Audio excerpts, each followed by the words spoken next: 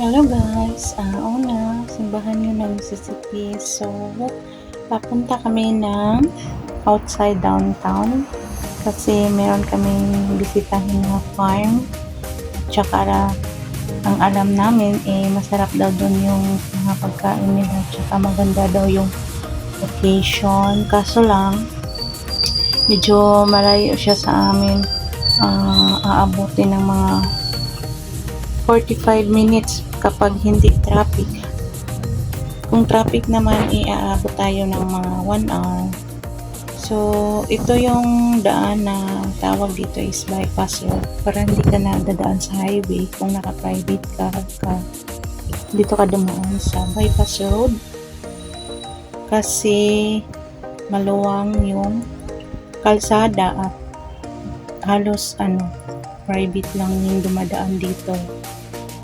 Walang mga pampasahero, jeep, or kung ano pa man. Ayan, ang ganda lang ng sky.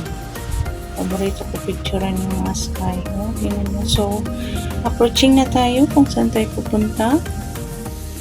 Medyo mahaba-haba pa to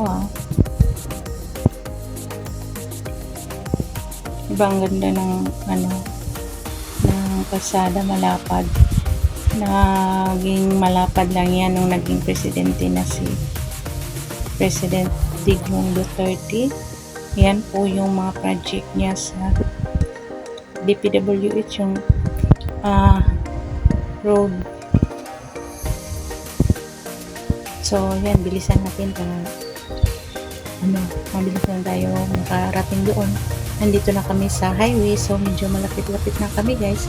Kasi nasa highway na tayo. Ito yung, ang tawag dito is Mintal, Davao City. So siguro mga 15 minutes dadating na tayo dun kung saan tayo pupunta. Yun yung Vista Mall. Kita nyo yun, Vista Mall na yun. So malapit-lapit na. At dito na tayo sa ating kaliwa. Ayan. Ito yung Pasulmo, Loto O, at Lindos Farm. Pwede dito mamingwit, tapos ipapaluto.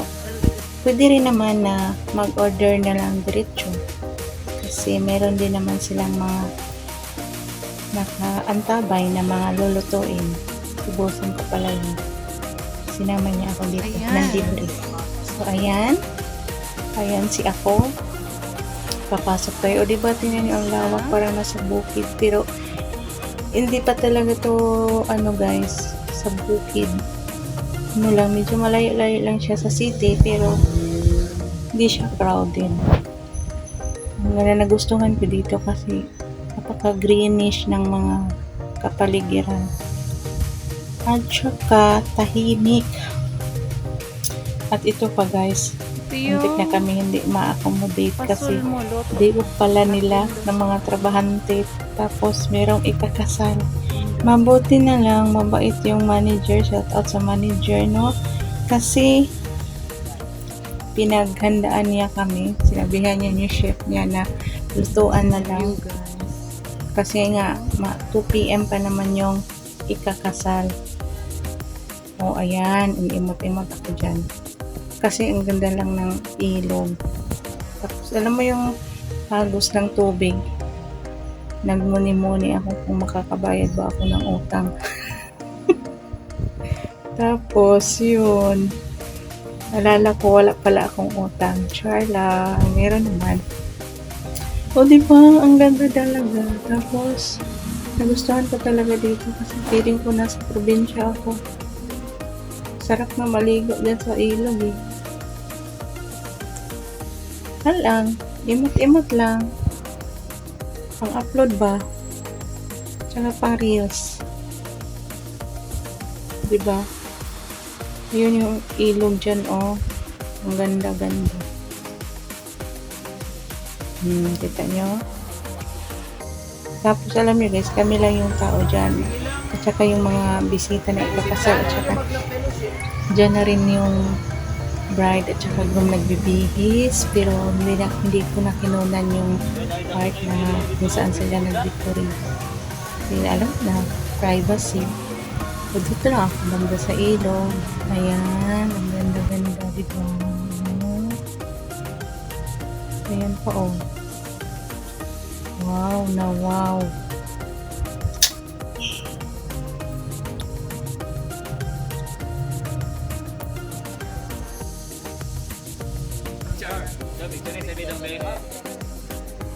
So, ito pala yung crispy fried hito at saka ginataang hito. Yan ang order namin, tsaka kanin. Grabe, mapaparami ka sa kanin na sobrang sarap ng kanilang ginataan. Ito yung crispy fried hito. Napaka-crispy, obviously. Tingnan niyo yung sauce. Ulam na. Ang dami ko nakain yan, guys. Sobrang dami. Busog na talaga ako nun. Kahit yun lang yung in-order namin. Tsaka ito, oh, nakita ko to sa ano.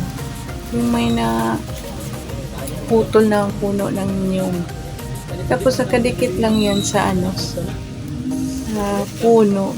Ang ganda, diba? Tinay ko siya i-video. Ang ganda ng kalabasan. Oh. Saan ka pa niyan? Aesthetic na aesthetic. Parang ano, namangha talaga ako dito. Sobra. Kasi kung anuhin mo, baliwalain mo, parang wala lang. Pero nung binidyohan ko, ang ganda ng kuha. So, pwede kayong bumisita ka sa kanilang page. May page sila. Pasol Moluto ko, Bailindos Farm, at isa yan sa mga kadalasan in-order ang kanilang crispy fried dito at saka ginataang hito. Ito naman ang kanilang Miss Universe. Joke lang, ako pala yan. Oh, di ba? Nakakaganda. Char. So, picture-picture muna kami. Bago kami uuwi, nag-ikot-ikot muna. Kasi nga, mag-2 PM na. So, nag-aas na si abutan na yung mga mga bisita. Ayan, pauwi na kami niyan. Doon kami dumaan sa fishing parang punong. Ayan yan. Diyan kayo bring with. Diyan. Fishing area nila. Tapos, kung ano yung makakain nyo, yan yung talot nyo. Kung gusto nyo mag-fishing, pwede naman. Na-enjoy ko talaga dito, guys. Sana makabalik ako dito ba? Sarap kaya dito. So, kung ganitong area eh. So, yan lang. Thank you so much sa panonood. God bless. Nabusog na si Inday. Hindi na halos makapagsalita. Yan ang area nila. Tapos dito malapit lang yung classmate ko. Meron din, may area din dyan yung classmate ko. Hito din yung Hito farm din. Kaso lang wala sila. So, hindi kami nalibre ng hito. Salamat guys sa panonood. Thank you so much. Pasol Moluto ko by Lindos Farm. Thank you. So, review lang yan.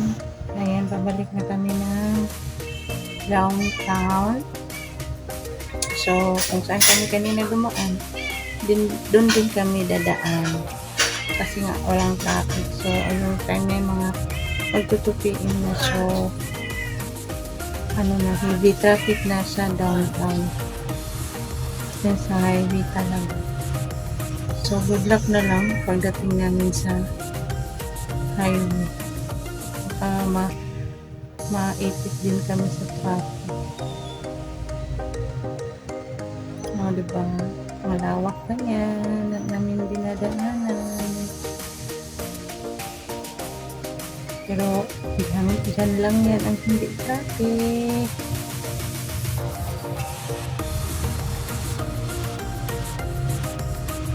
So ito guys, palabas na to ng Mintal, Davao City. Babalik na kami ng downtown. So ang labas namin yan is yung last. Ayan ang Bangkiruhan Bridge. So, ayan yung river, Bangkiruhan River. naka-trap